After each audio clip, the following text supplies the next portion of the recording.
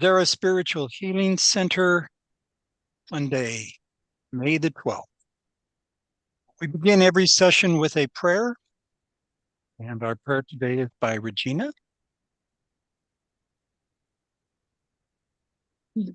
Join me. Let's all close our eyes.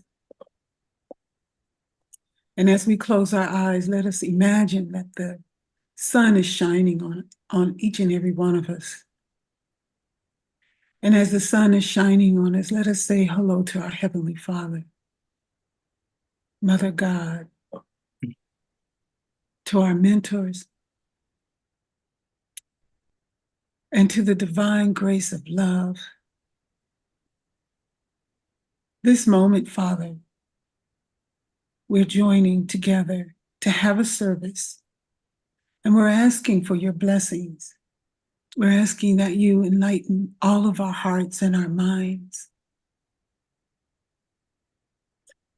as we put our attention on the service today, as our dear sister will present today. And we ask you, Father, to bless us, to walk this day with you in our heart, in our mind, and in our soul.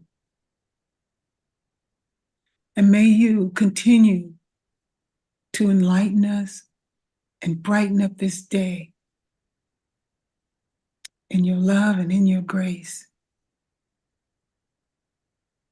This is a special day for mothers, but it's also a very special day for love, for charity, and forgiveness, always. May you bless the opening of this service today, Father. So be it, and so it is. Thank you, Regina. You're welcome. Zara Spiritual Healing, the nonprofit 501c3, and we accept any and all beliefs and attendees. Feel free at any time during today or subsequently to ask questions or for clarifications. All of our meetings are composed of all of our Sunday meetings are composed of two parts.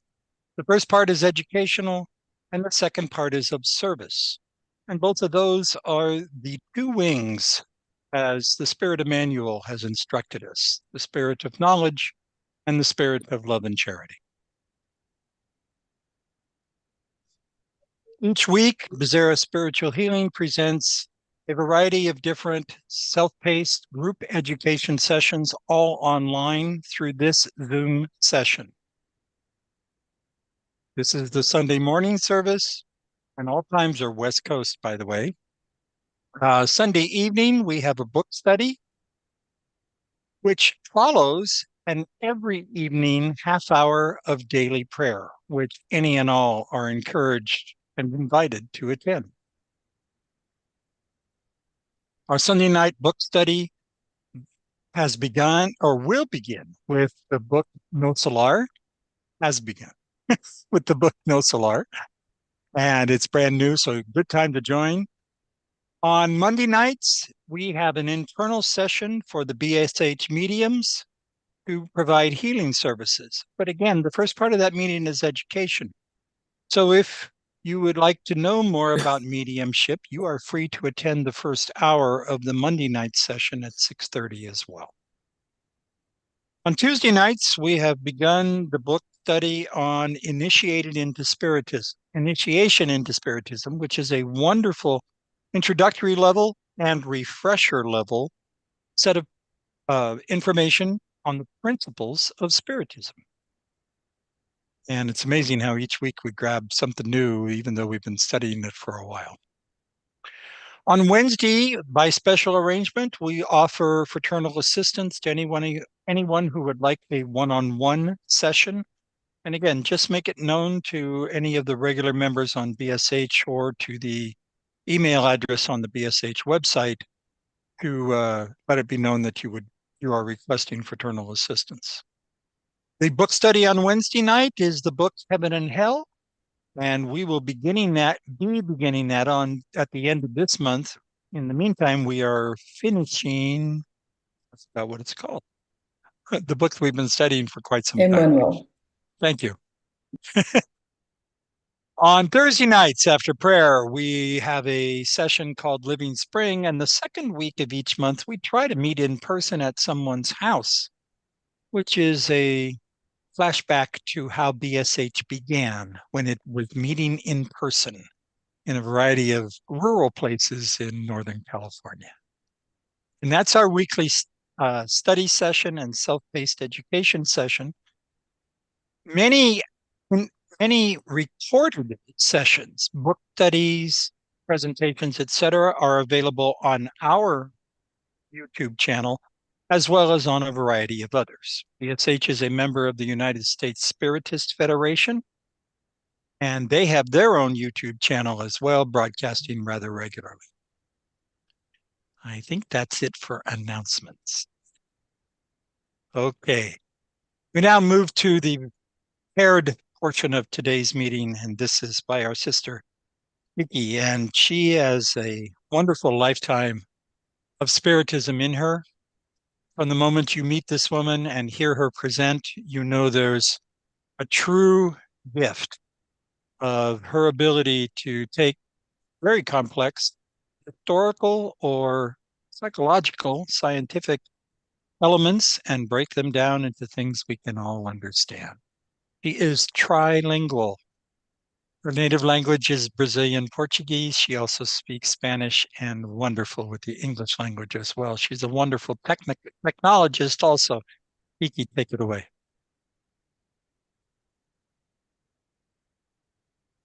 Brother, I wish I was as good as you see me. Thank you for that generosity, though. Oh, gosh. Well, hello, everyone. For those who know me, I would say that I love the topic about motherhood. I have been trying to conceive for a very, very long time. And last year, the year before, sorry, I was blessed with the opportunity to be a mom. So when Tanya asked me to speak about motherhood in today's talk, I was like, what do I know about motherhood? I'm still, I'm still learning so much. And the very first time I had the pleasure to read a book that enlightened me about the lives of Mother Mary, which is a beautiful book that really enlightens us to her story, and that tells so much about maternity, and not only about, as we were just saying before the service began, we were just talking about like how all of us are somehow mothers, right? I think that motherhood is more of a state of spirit rather than anything else. So I do think that it was a blessed opportunity for me to re-study some important topics. But today I wanted to speak with all of those who are struggling somehow with motherhood, either to conceive or to give birth, or while in still raising your children, or with your children, not children anymore, but like adults, and how we manage, and even for those who have your children departed to the next life, or if your mom has departed. And I do want us to open up our hearts and our minds, so then this talk can be a hug to all of us, a friendly reminder that everything will be okay if it's not right now. Chico Xavier said a statement, and I think it's beautiful. He says, motherhood is a secret between woman and God. And that is true. There is so many emotions within the heart of that who is carrying someone, that it's not only about the responsibility of biologically giving birth, but it's how to emotionally sustain yourself for you to be, available to someone. And for me, motherhood is a very interesting way that God created to teach us how to love unconditionally. It's an interesting way.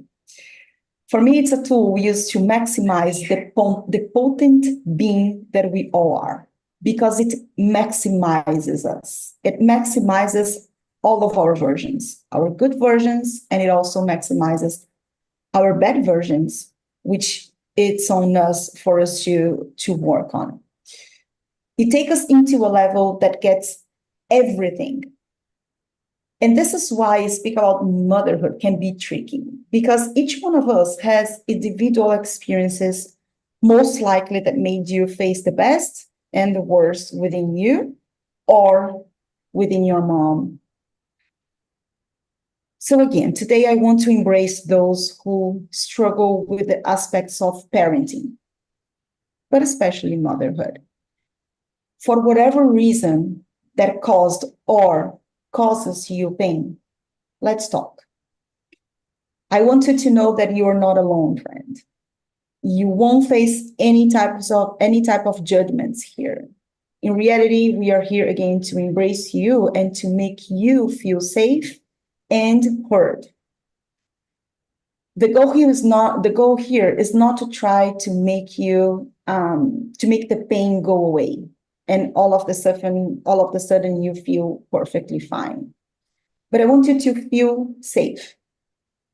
I want you to know which are the tools that Spiritism gives to us for us to be able to overcome as much as possible, or at least to enlighten us, to support us endure whatever pain we have on us until we feel strong enough.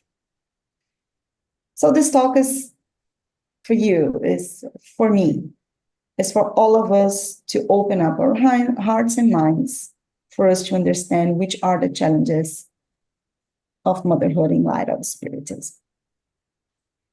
So as a first reminder to all of those who are struggling, each challenge has the size that one gives to it. So I think that my first reminder to all of us who feel capable of giving our opinion or our advice to someone who is struggling for whatever reason, their life, their choices, their preference. Charles, I see you have your hand raised. Do you want to say something? Yeah, no, I just want to ask you to clarify something. In the beginning, you said that Oops. motherhood is a state of mind.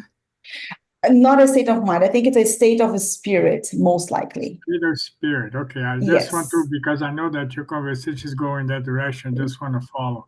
Thank you. Yeah, of course. State of spirit. Okay. Yes. It was a state, for me, it's a state of spirit. It's how you, is what you do, it's how you take care of people mostly. No, actually, from my understanding, this perspective that you bring us, to me, it's a new paradigm about the perception of motherhood. And I want to really pay attention to what you're bringing. Thank you. That's good. That's good. Yeah, of course. So as I was saying, the challenge, each one has the challenge, the size that you give to that. So if we feel like we are in a position of supporting someone who is struggling, be careful. Simple, don't give your opinion, because we are in a different perspective. And if we feel like we know what that person is struggling because we see the size of that challenge in one perspective and the person has another perspective, we are going to derail the conversation and the person can feel even more judged and pressured, and that's not going to help in any sense. So we have to be careful, even when people ask for our opinion, because we never know which are the pain, these scars that someone has, and it's not up to us to say that someone is taking a decision that is wrong or right. It is not in our capabilities to understand the whole context. So if we want to share something that we feel like it's more godlike, let's start with kindness and understanding. Kindness and understanding. This itself will enable the person who is struggling to feel heard, to feel embraced. And then we can try to reach, to share, to enlighten, however we think, if we believe we know something about moral evolution. On the other hand, I also want to remind, if you are in the position of struggling and finding a big challenge, this too shall pass. Again, I don't want to minimize the challenge. And whatever size it has, this will also pass sooner or later, in this lifetime or another lifetime. And I know that this can sound daunting and sometimes overwhelming. But overcome the challenge is exactly what is required by faith. I know it is hard to be faithful when it's hurting. Faith takes courage. And when we are bleeding, the courage to believe seems to go away. We don't have the courage to believe because, like we are seeing that something is hurting. But I want to invite you to persist, to be, the stubborn child, to believe that you deserve happiness. If something is not in harmony, it's because something needs to change. It is an invitation for change. This is the biggest lesson of life. If something is not in harmony, it is a request from life for us to change. This is the way that God found to tell us that we must transform something on us, of course, not in the other. We only have so much responsibility, and that falls under our behavior, our emotions, and our decisions. And we know that we can't change the past nor the other. So what can we do is to change and repurpose our life, our thinking, and the way that we love according to what we can do. So again, it's all about adjusting. It's all about transforming. And speaking of transformation, I wanted to come back to a very basic principle of Spiritism, in case you had never seen this, because this helps us understand some of the challenges in motherhood. Spiritism has 5 principles. And it's important to remind us that this lifetime is just a very tiny fraction of our entire existence. Meaning that the suffering that we have right now might not solve. But even that, it's not only about solving, because we know that it's not an easy solve, but it's never going to suffice. You know what I'm saying? Because it's never going to be enough. If we look at the pain as the center of everything, it will never be enough. And we will be feeding the pain instead of transforming that, because our existence is so much bigger than all of this. The problem that we are suffering today might not have even started now. And if we don't change, it will probably be the same or even bigger tomorrow.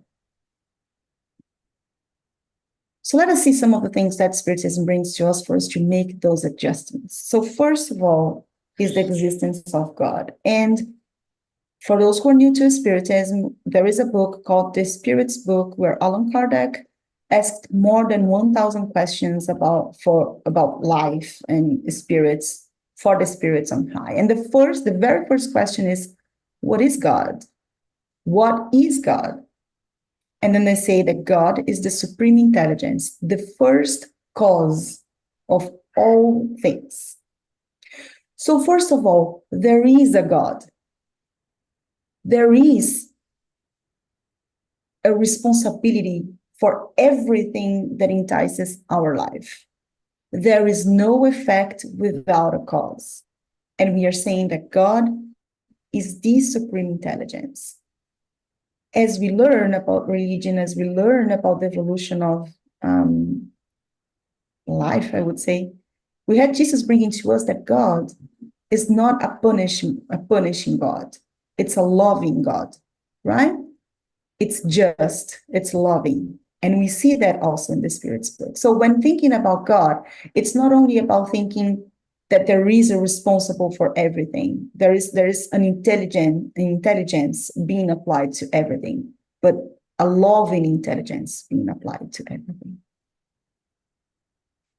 Then the second thing is the existence of spirits and their survival after death. Now, we are saying that besides God, there is also more things related to us, that it's not only the body, there is the spirit. And when Allan Kardec asks on the question 23, what is a spirit? Is the intelligent principle of the universe.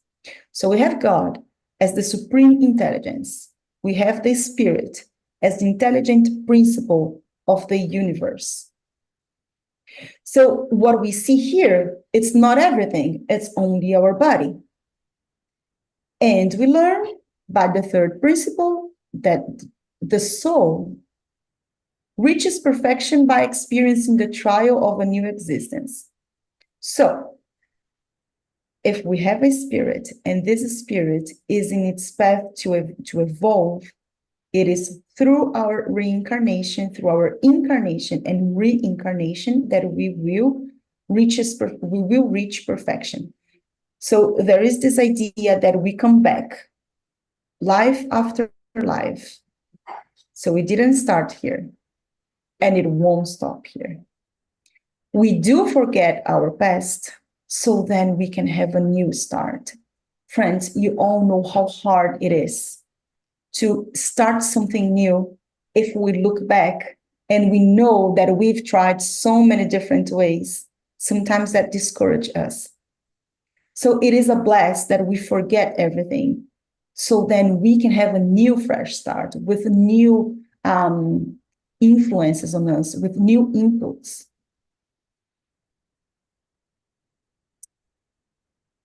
Then the fourth topic is the multitude of inhabited worlds. Each world will provide the means for each evolutionary stage. And although this might not sound as something important for us to understand motherhood, if we look at the planet where we are and what is needed for us to survive in this world, I bet all of us can understand how faithful we all are whenever we know that a family is pregnant. The first thing that we hear is, may the baby be healthy. If the baby is not healthy, what's going to happen? What is going to happen? We cannot love less. And I know that we are all expecting a being that has all the organs in place functioning perfectly. But we also have to keep in mind that it's not only about our body, but we also want the mind and the emotions to function perfectly. And that is the biggest challenge within living in planet Earth, because the way that things are not always is easy if you do not have one of those structures in place. And when I say structures, again, structure of the body, the mind, the spirit, and emotions. And then the fifth topic, the fifth basics of Spiritism is the communicability of the spirits. So there is possibility of the communication with the spirits. And this is not something extraordinary. This is established fact. There were observations and there are experiences that were rigorously carried, and we can see that. So again, if you're interested, there are books about it, and I'm more than happy to introduce you to all of them. But we can communicate with the spirits. So again, knowing all of that, knowing that we are all here together, going through this life, And we are in here specifically for us to evolve and to learn. It is important that we face the pain and the struggle with different eyes. It hurts so much because the pain is still at the center of everything. And when I say the pain, it's not only about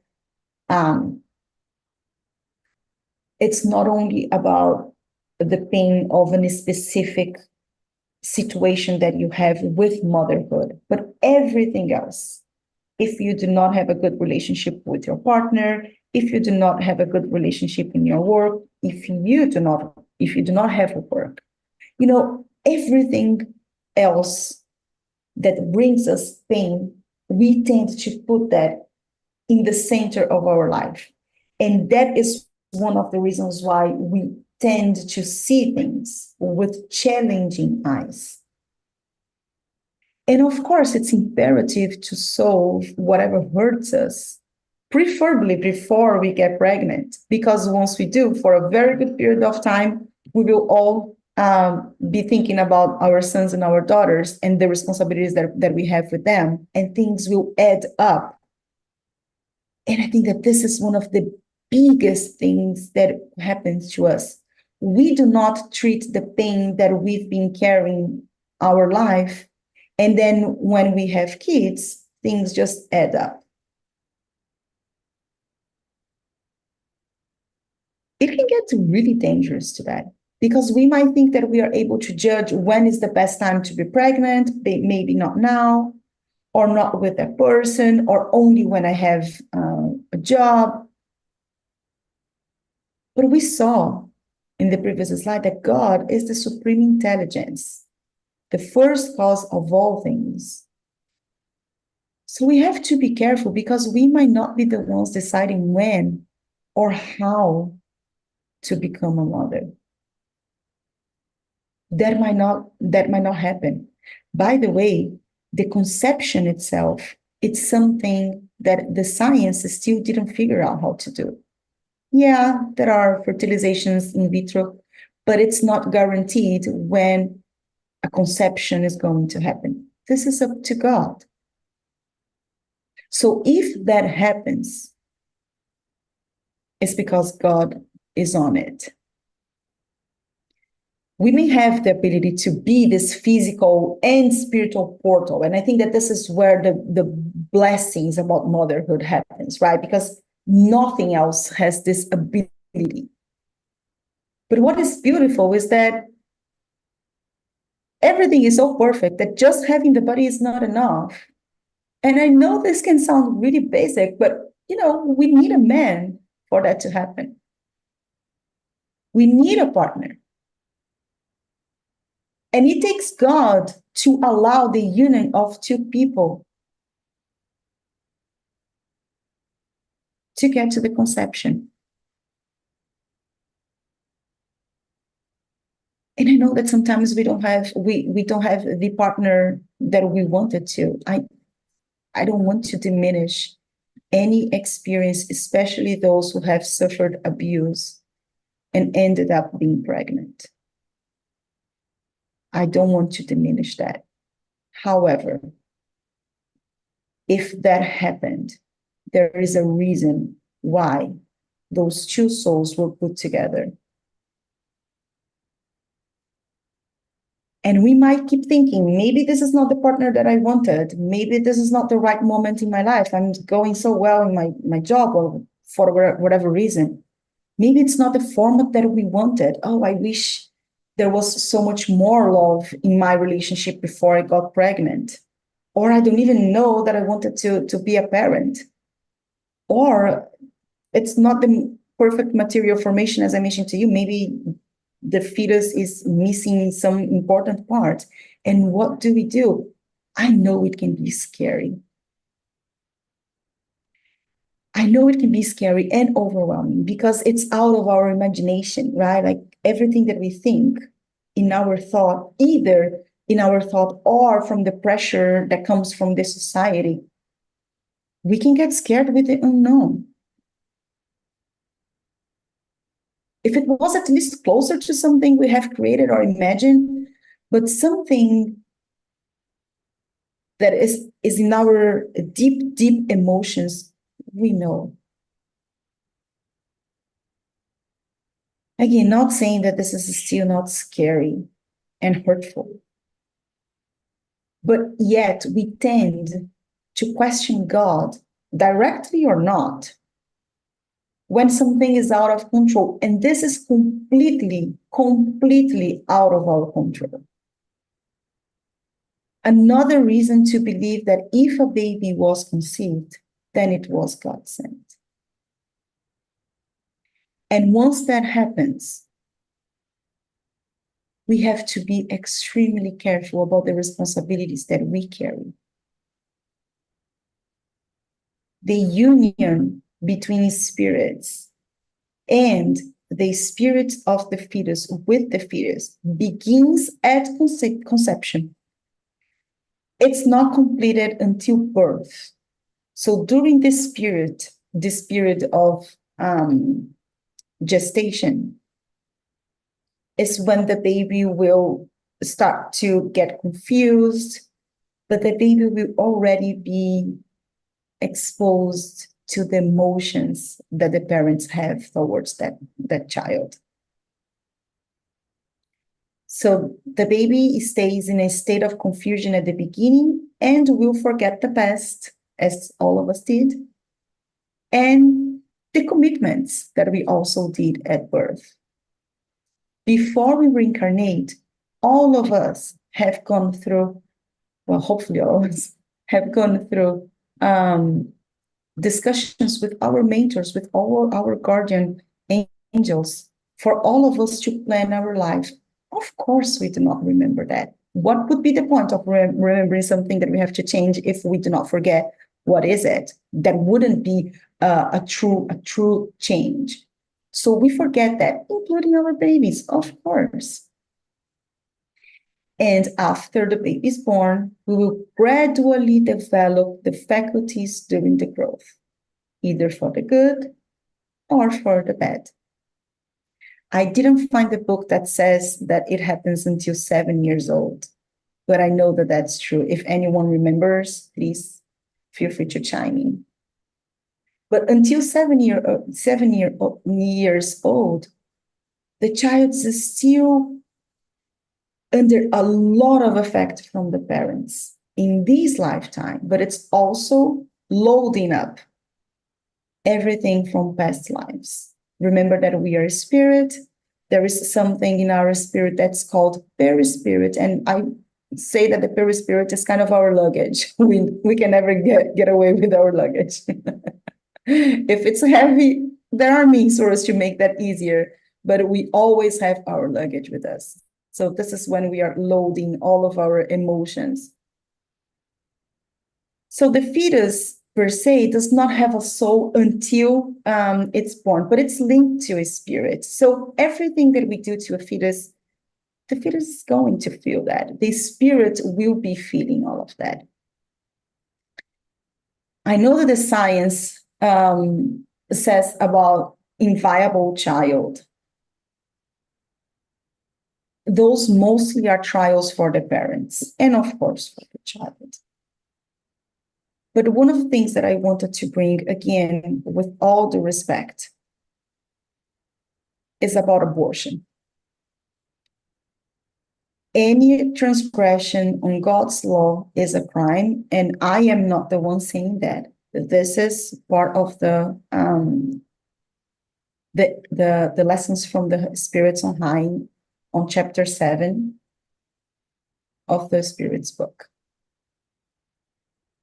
But again, it's not up to us to defend or not defend those who are willing to do that or have done.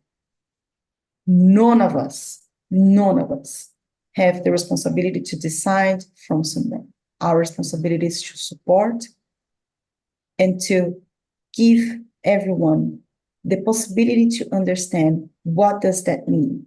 And by doing that, then the person can decide what he or she wants to do with their body or their babies.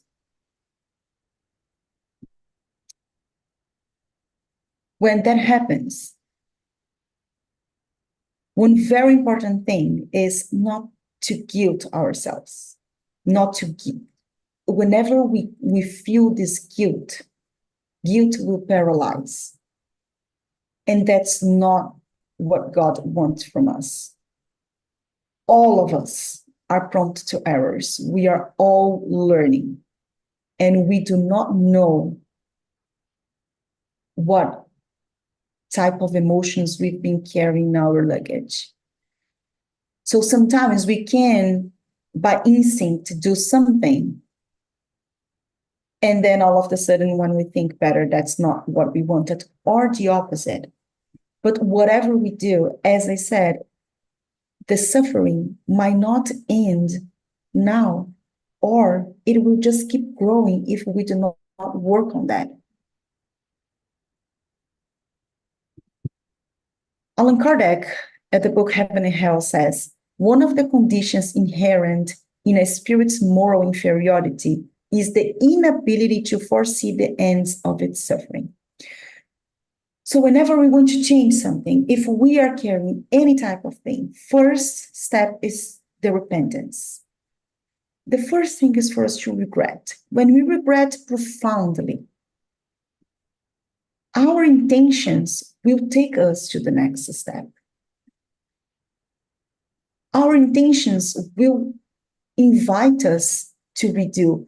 And gladly, as we saw, there are many incarnations and many, many different ways where we can repair an error. That is the beauty of God. That is the beauty of being intelligent, because we are loving.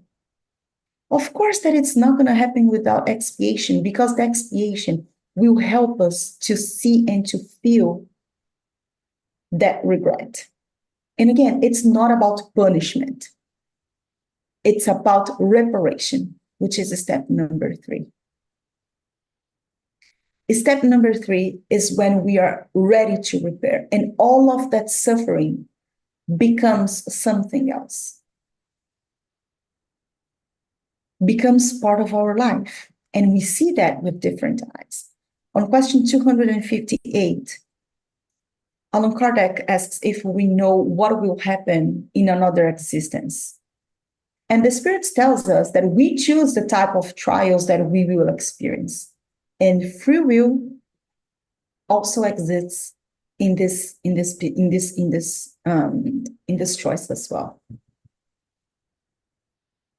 So, first thing is, if that had happened to you, first of all, let's work on the guilt. Guilt is not going to support with anything. Regret. Allow the expiation to take place and repair. Jesus already told us, blessed are the afflicted, because the afflicted are the ones looking for changes. Now, moving forward, I also want to speak with those who have lost their children or their youth in a very difficult way. There is a chapter on the Spirit's book that says that it's about fate of children after death, chapter 4. And there's also a beautiful thought from Emmanuel in the book Thought and Life, chapter 13, on children. He says that children are born with the moral legacy they possess before their birth on the physical plane. So all of the children who come with that type of experience in their lives, not always their experience, their suffering is about them. Sometimes it's most for the parents. Sometimes it's a trial for the parents. There are many cases where the spirit is more advanced than the parents, and they come just to finalize a life that was interrupted before than it was intended previously. So again, does it mean that we should not suffer? No, the pain is there. I mean, Chico Xavier has a saying that it's very interesting. The pain is inevitable. The suffering is optional. So what I'm trying to say is, The pain is there. The pain of losing a child is there, and the grief can be very harmful to everyone. And that's the reason why there is this invitation to rethink about this pain. Because sometimes I hear very often someone saying, that child did not do any harm, so how come he or she have gone through all this suffering?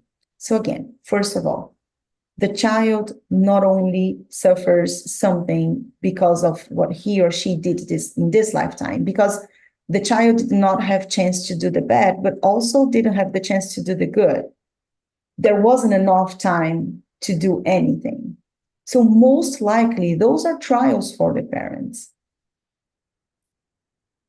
And to that heart that is suffering that, there is this beautiful piece of prayer that Samson did at the gospel that I wanted to share with you all. Mothers, you know your beloved children are close to you. Yes, very close. Their fluidic bodies enveloped you.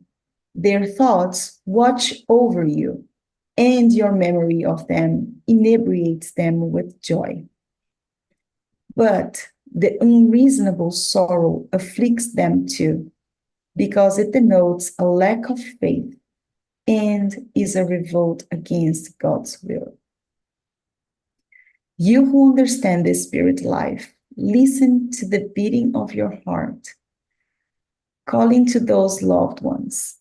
And if you would ask God to bless them, you would feel within you those powerful consolations that dry tear, those marvelous aspirations that show you the future promised by the sovereign Lord. I cannot grasp how hurtful it can be to lose a child or to see a child in a situation where we do not want to. Not always we can change the other, as we said. In those cases, what we can do is to pray. Chico Xavier once said that when a mother prays, she opens up all the doors in heaven. There are many examples of cases where mothers were able to change something in their children's life with prayers, with the actions of thought. If you are interested to see examples, the Messengers, there are examples. The Messengers is a book by Chico Xavier, André Luiz through Chico Xavier. There are beautiful examples in there. And many other books we can share with you if you're interested to see that. But there are many examples where the power of our love is so strong. Let us remind what Mother Mary did and do for all of us. That is the unconditional love. That is the unconditional love, to never give up. Never give up, regardless of the situation that our children are encountered.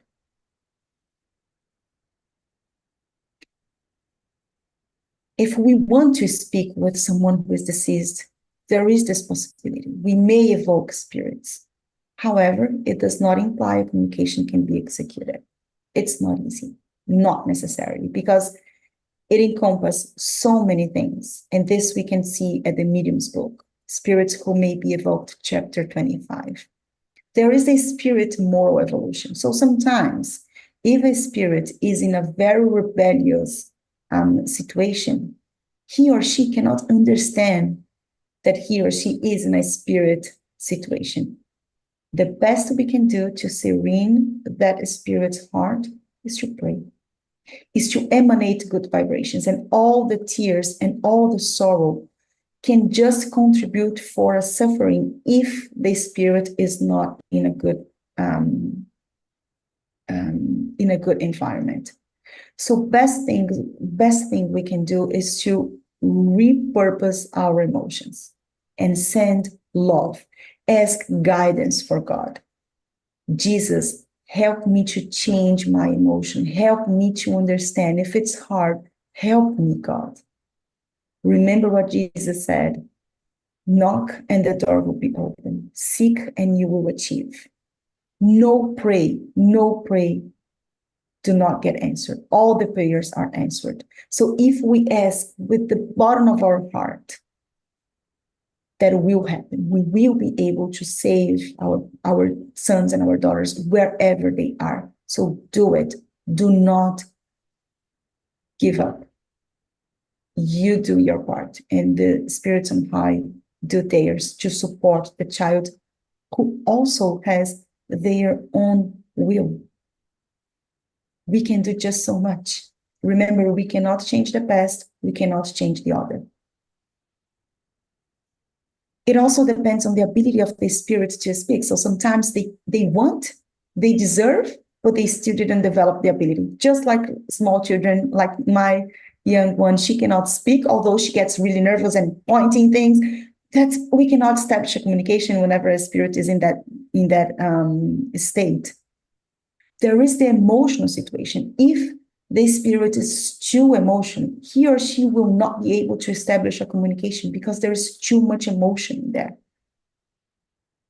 There is also the purpose of the communication. If the mother or father is trying to communicate with the children just to ask questions, without a purpose of comforting, that is not going to be helpful for anyone.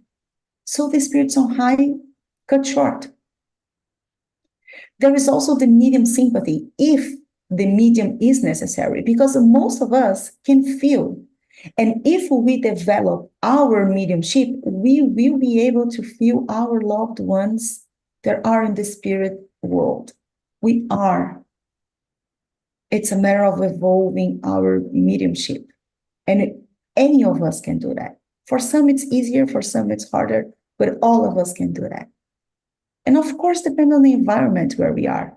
If we are aiming to receive good communication, but we are nourishing a place, full of fights and arguments, that's not going to help. So we have to be in the right place for that to happen. So again, if you are interested to learn more about the communication with the spirits, there is a whole book about that mediumship. And we are also here to support you. Chico Xavier, psychographic, more than 400 letters for mothers who had lost their sons. So there is opportunity, there is possibility. Now, I do want us to focus on what do we do whenever we have the possibility to have a family with children. That's why it's important for us to get the best out of the moments we all have. But sometimes we do not do that. Why? Why? What are we focusing on? When I say that it's easy for us to be ready and judge those who are committing abortion, suicide, or any type of God's transgression to any God's law, it's equally a crime to neglect the duty of taking good care of a child. Speech enlightens, but it is the example that captivates. This is said by Andrea Lewis in the Domains of Mediumship. What are we enabling our children to experience with all of us? Sometimes we are focusing on work, and I get it, we have to. But many, many times I see parents complaining that they don't have time for themselves. And then their relationship with the children ends up being functional. I mean, of course, you're not going to let the children starve. And sometimes you just put them on daycare or at school and let it be. And then whenever they are at home, we are tired and we do not want to spend time with them. we are neglecting the emotional connection that we have to create with them. The best thing we can do is to dedicate time to them. We must pay attention to our children because they are paying attention to us. They are paying attention if they are talking to us and we are on our cell phone answering something or saying something. They are there. Imagine yourself trying to learn about something and I'm here watching my phone. How disrespectful that is. And sometimes we don't even realize that we do that. They can feel this coldness. They can feel the coldness of our emotions. And this is what most likely prompts them to have tough behavior.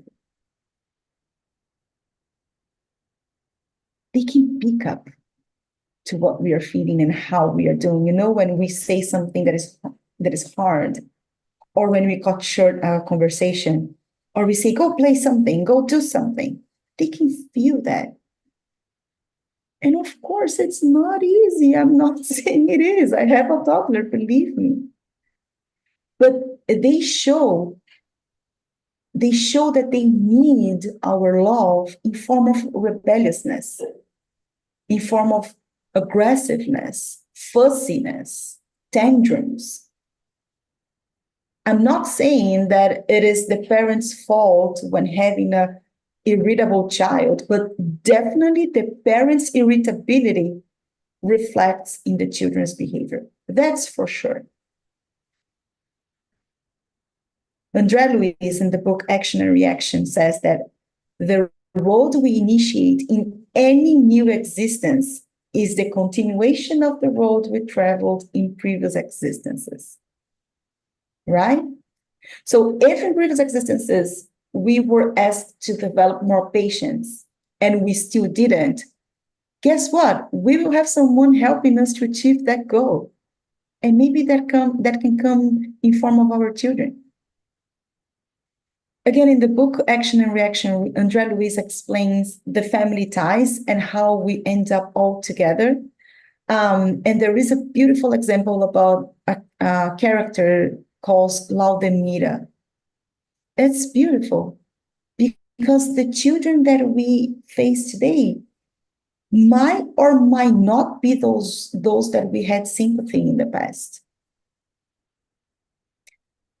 So being the same family not always means that we all have affinity of thoughts and emotions with each other, but definitely is the material knot that God blessed us with the blessing of the forgetfulness.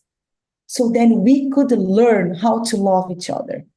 Again, unconditionally. It's not easy to put someone else's in the first place, right? We are taking ourselves out of the control of everything that we do to put someone else in the center of our attention. Not always it's easy to do that. We have to stop taking so much care of us to take care of someone else for such a long time. But this is the chance.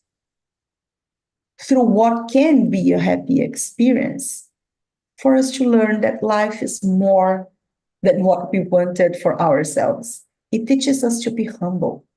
It teaches us to not do everything that we want every time.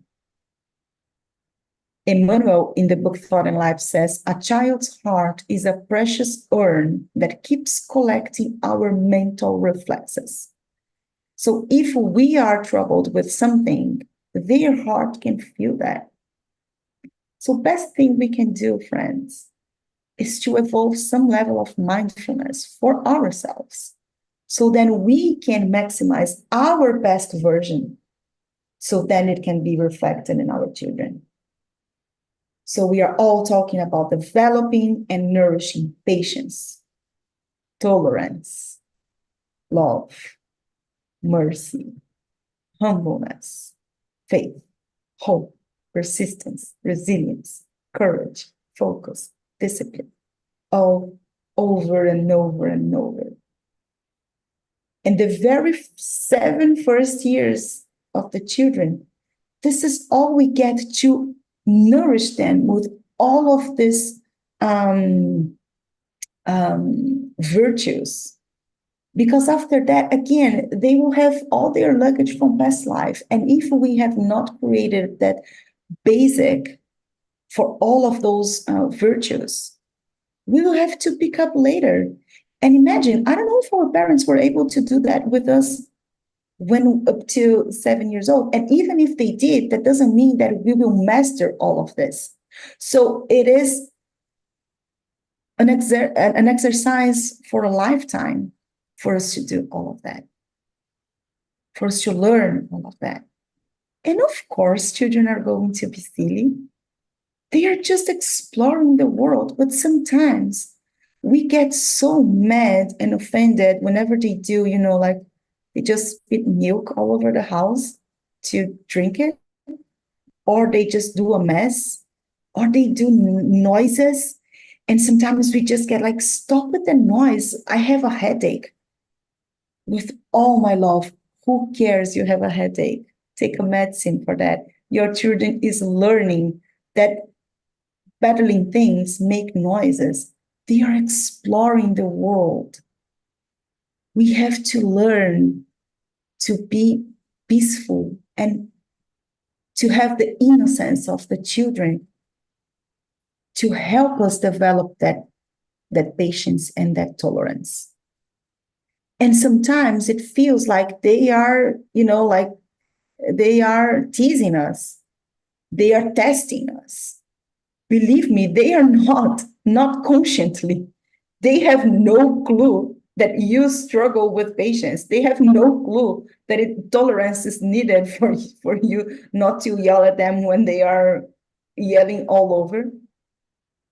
They are learning all of that. Now, if you do have a youth that already know all of that, it is extremely important to put the limits and discipline with love and respect. With love and respect, always. The thing about giving a screen for them to just stay quiet, or I'm not going to have dinner with you all today because I'm tired, that cannot be accepted because it's a family. And it is the duty from the parents to teach them the boundaries and to teach them that family is extremely important asset for the adulthood. And a very important way of doing that, friends, gospel at home. Gospel at home not only helps us all to be together, but it also enlightens the family spirit and also the spirits that are surrounding us. How many times we cannot understand what is in the head of a youth? And we know that they are also suffering from the effects of all the influences from outside. Sometimes that teenager has enemies from other lives. And if we do not do the gospel at home, we are not only not helping the children with the basics of the religion and family and respect, but we are also neglecting with the spirits that are there as well. So by doing the gospel at home, we will be able to support everyone, incarnate and discarnate. And whenever we are discussing the interpretation of what is being read, that interpretation comes from the spirits on high. So every time when I say here that we have to practice the active listening, is because our mentors are working with us for us to be able to work on that. That happens during the gospel at home. So make sure that you have established a day and a time. If you do not know how to do it, please let us know. We'll be able to help you. But establish a day and a time for you to have a brief read, a pray, and all of you will be together. There is a very nice example on the book, In the Way to the Life, I think, where there is an example of Isabel and her children when they lost the dad, Isidoro. And it's interesting to see how everything happens one of the children is very rebellious and all of the others are not so much. But then the dynamics of the house changes in a marvelous way by doing the gospel at home. So I highly encourage all of you to do that as soon as possible. And I know that it took me so long to arrive to the last slide, but I wanted to remind us that we do not have to be mothers and fathers alone. We do have our most beloved Mother Mary, who is taking care from all of us. And one of the things that she says in that book that I mentioned to you is, accept with serenity, patience, love, and courage.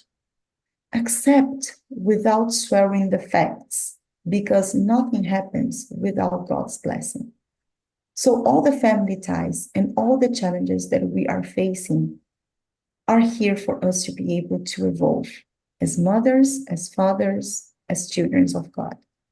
So I really hope that you were all able to feel this motherly hug embracing all of us and straightening us to all the challenges that we face, regardless if it is with motherhood or not. And I'm done because I spoke too much. I'm sorry. No such thing, my dear. Awesome stuff. You know, to wake this morning and think of your mom, just a blessing. If you had a great relationship with your mom, you know, and then you go from mom to all the other moms. And so it's just a wonderful, loving day. And it just seems like everything I'm reading and watching is in concert. I just love that. Thank you, Kiki. Amen. I thank you. Pepe, you want to say something, brother? Yes, I have a comment, and I hope I don't overstep the time, but I am new to Spiritism. I have been only reading the books, all of them, in the last 3 years. I have been in this spiritual path for the last 10, 11 years. I crossed the Buddhism, yoga, occultism, all these things, looking for something. And I have been doing regression therapies, hypnosis, and everything that I have learned so far has been through that, through living through it or living personally. And then when I found Spiritism 3 years ago, I decided that this was an excellent method to put everything in order that I have learned. And it's a grand coincidence that everything is meeting there. So if I mention something that doesn't apply to Spiritism, please let me know, bear with me. But everything that you said, I have had experience. For example, I have seen in vitro fertilization going bad 3, 4 times. And the person comes to me, in this case, it was a couple of women who lived together. And all we did was a review of their lives and everything, and the advice to pray. And God, eventually, they got pregnant. One got pregnant. Then I have the other case in which a lady couldn't have children, and she wanted to have children. She remembered a past life in which she had 2 abortions. And the 2 spirits of the abortion were around. We spoke with them, and they forgive her as she asked for forgiveness, and they said, you can have the baby now. And then she did. I had the case of a lady who was really never get along with the mother, and the mother was old. The mother sat with that kid, and they hated her. And she said, I hated my mother. And when she went back to the previous life, she was the mother of the mother and the boy.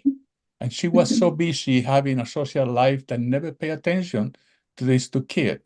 The kid committed suicide at age 18, and she came back. Now in this life, she's being the mother, she's being the daughter, and she's learning. So my therapy is always, I do forgiveness. And that seems to work fine because now I found something in the Spiritism that somebody mentioned one, He said we shouldn't remember things, and they make us forgive is for a reason. But I don't believe that. I believe we have the ability to remember as far as they want us to know. Exactly. Yes. So God is so powerful that says, yeah, you cannot go there. And in fact, I've been told, this is not for you to know. And she cannot learn this. But they let her see it some. And you mentioned something about children. The test is for the mother. And I actually had a case in which the test was for that person. A child, a woman in the 37, she went to a life. She had all these kind of problems. But in a previous life, in the year 1100, she was a soldier, a killer for those kings that conquered lands. And he died, and he spent 900 years of our years in the darkness until finally he went to the light. And in the next life, immediately he was reincarnated as a young girl, as a woman in Chicago. And the mother was a drug dealer, and she was she wanted to go to school, she wanted to be loved, she wanted to learn. And eventually, there were killers that killed her mom at her at 10. And when they go back up to the spiritual world, I asked, what did you have to learn? And she said, to value the life. They spent the 900 years paying for what they did. And the 10 years she wanted to live, she wanted to love, she wanted to be loved. She wanted to live, and then they killed her then. So I see everything with an eye. Maybe that's a mistake for me. I don't see person anymore. I see a spirit and beyond. So, and that's the reason I may be able to help people, because when I see a case, I immediately picture something in my head that, oh, this may be this case. I've seen so many cases, but I just wanted to let you know. And by the way, the Buddha, since I study a little bit, Buddha was approached one day with a woman that says, why do I suffer so much? And he said, go and to this village and get a seed of mijo from every house where they have any suffering. And when she came back, she said, Buddha asked her, how many you have? He said, 0. That's when Buddha said, pain is unavoidable. Suffering is optional. So I just wanted that phrase has been repeated many times by many people, but Buddha was the one that originated. Thank you. I really enjoyed your presentation. Of course, Pepe. And I think that one thing that I think it's important, two things actually, I want to just remind it. Everything happens with the blessings of God, right? As you mentioned a couple of examples, there are many books with many beautiful examples that we can learn from. There are also some other examples where people tried to do regression and they were not able to find something that would enlighten them to do something differently because they were not prepared, or something that they learned would not help to do something that they needed. In other cases, there are many people who want to find you, but they don't. They don't come to you or to any other person who can heal them or to help them to heal, because there is something in there that still needs to be solved. So at the end of the day, Spiritism is not, it's not a recipe. It's not a recipe. It's not black and white. It's not, if you want this, do that. That's not, unless charity. Do charity and that's going to help you a lot. But besides that, nothing, I mean, everything will depend from many lifetimes, from deserve, from your merit, the other people merit. So the best that we can do whenever we face something that we are struggling, as Mother Mary was telling us, is accept with serenity the fact that came from God. And of course, when I say accept, doesn't mean do not do anything about that. Do everything you can about that, but keep accepting that everything that happens with God's blessing. So as in my case, and I will be brief because I know that we are over time. I tried to have kids for many, many times. And it was, I mean, I could be more charitable. Yes, I could, but I was trying not to be rebellious with that case. At some point, eventually, I was able to conceive. But if I couldn't, I wouldn't be mom. No, there are so many kids out there that are in need of mom. they are in need of our time. So that's why I want to come back to what I was just saying about being a mother is more of a state of a spirit, because we can be mothers not necessarily from people that we conceive, right? Like there are so many beautiful ways that we can practice the motherhood by embracing each other and being respectful with each other, with the needs of each other. I think that this is the basics of motherhood. And that's it. I know I'm out of time. Sorry. I just want to make a supplemental comment to Pepe's comments. I think it's important for everyone to remember that um, for those of us who discover Spiritism at a later time in life, we have all these experiences of life that precedes this new knowledge. Well, consider 170 years, 170 years ago, Kardec wrote the 5 volumes based on the level of knowledge then. We have advanced beyond that.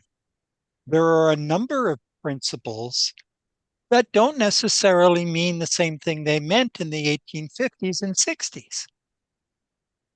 And so we as spiritists have to be a little bit more tolerant of the literal interpretation of Kardec's words. I put much more faith in the more modern mediums and the spirits that are talking through them because it's a more timely set of information. My 2 cents. One last thing, can I mention? Something important about motherhood, adoption. I had discovered in the same therapies that adoption from a child to a mother was scheduled by God. It wasn't the case that, oh, she went and this. There was a case in which the woman was single and was less than 30 years old. The law didn't allow them to adopt. And she applied anyway, but didn't. And then she said, well, you had to come back. She went back until finally the judge said, come over here. Every time I pull this girl's papers, you papers come along with it. I don't know why. They're safe somewhere else, but they are together. So come here and take it. So they took her, and a period of time, she had to visit every day. And at the end, they said, go. And I had one witness of that. So adoption also means God wanted to send you a present, but he used a different way to get to you. Patience. Yeah, that is a contract with all of us, with our parents, or whatever we come to be able to help and support us in this evolution. So we put in this way, we are in the third dimension still, going up to the very close to the fourth dimension right now. So we come here, I will say not 100% of us, but 90% of us are criminals from our previous lessons. So Earth is a huge school. So it's perfect, like when you said the mother is the daughter now, and the daughter was the mother. And because the responsibility that we have with each other is stay in our consciousness as a spiritual being. So no matter 1,000 years, like a perfect, like you said, 900 years, is 900 our time, but it can be 9 years their time, no? Because the time that is different from what we have here. So what do we put in this way? Love. Love is the only tool that we repair all the mistakes that we have done with one another in many years, in many lives, and even in other existence or galaxies or planets. So until we have inside our consciousness that we need to make harmony and peace with us and with others, we will still coming back and forth for many, many, many years. That Kardec said, reincarnation is a law, and it's a law of progress. It's a blessing to all of us. I was listening something in Brazil, I think yesterday. In Brazil, we have hundreds. We have more than 3 million spiritists. in the spiritual center. So one of some spirit center has medium who will receive psychographic letters to console the mothers, most of his parents who come to receive a message for the loved one who has passed away, more for the children. So we have this woman, this spirit, her name is Laura, and she came to the center and psychograph a letter through the spirit and this through the medium, and asked the mother to forgive her. So she was her mother was 8 months pregnant. Following the pregnancy with love, we as a mother, we know how we prepare and care this and plan it, bringing this child on the spiritual world. None of us have been born without a contract, a project of the life. We can see the documentary, Brother Mark putting that in Workers of the Light, is a scientist, near-death experience. Amazingly, what she wrote is almost like what we have been studying for so long. So that spirit asked for forgiveness, because when the mother was a month before she was born, she got scared. And she aborted the project of being born again. So she got out. So the next time the mother wanted to answer why she got out, why she aborted the program. So she came back and wrote a letter again through the medium and said in another life, in a previous life, she was a killer, a very serious serial killer. And when she feels she would not have the strength to go through that life, even though with the parents knew, have agreement in the past, in the previous, in the spiritual life, she didn't, she was not so confident on her own self. So she said, very interesting, she said, I need more time over here on the school of life until I feel this deep love inside of my heart, that I will not cause any damage to another citizen. So I'm prepare myself to come back, and I accept I will come back, because the mother said, we forgive you, please come back, we'll be here supporting you. So when she will be born again, she will not remember all of that, no? So imagine the mother said, even though the medium bring the letters and she was not fearful, just telling the truth, and the mother and the father say, come back, we love you anyway, we want to help you, we want to support you on this, in your project. So you see that this is the love of the mother. Is many mothers are here today, not because the connection or we owe something to each other or to another.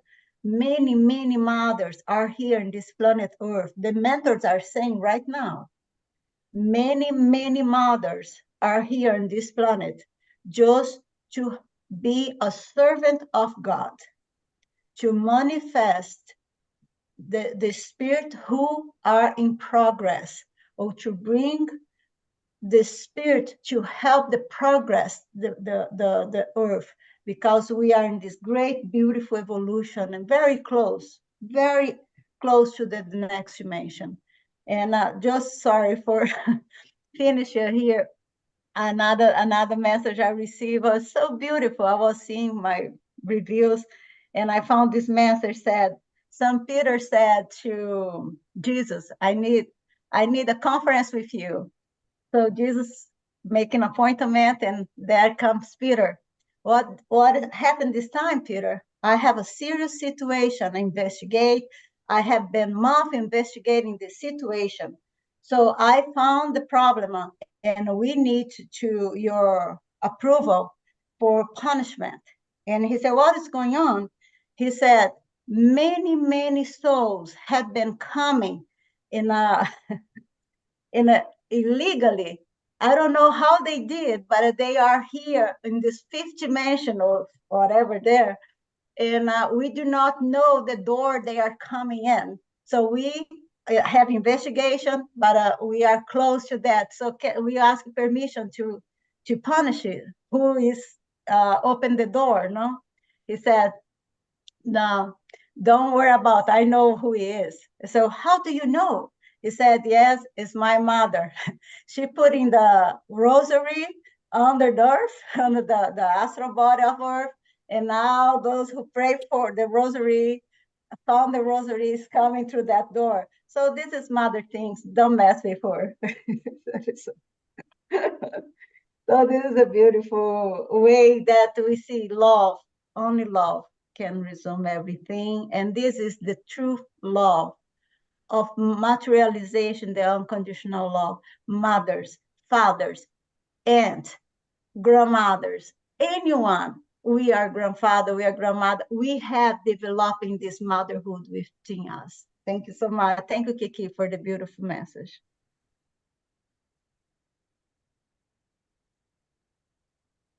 Any more comments? Well, thank you all. We're going to But take last comment. I'm reading this book, and there are groups coming and scouting for mothers, because there are thousands of spirits coming from the Pleiades that have to be housed. And so they're still looking. So if you are still in age, make sure you write down your wish. Not only Pleiades, but also all philosophers, great knowledge scientists are coming. And they're already here, some of them.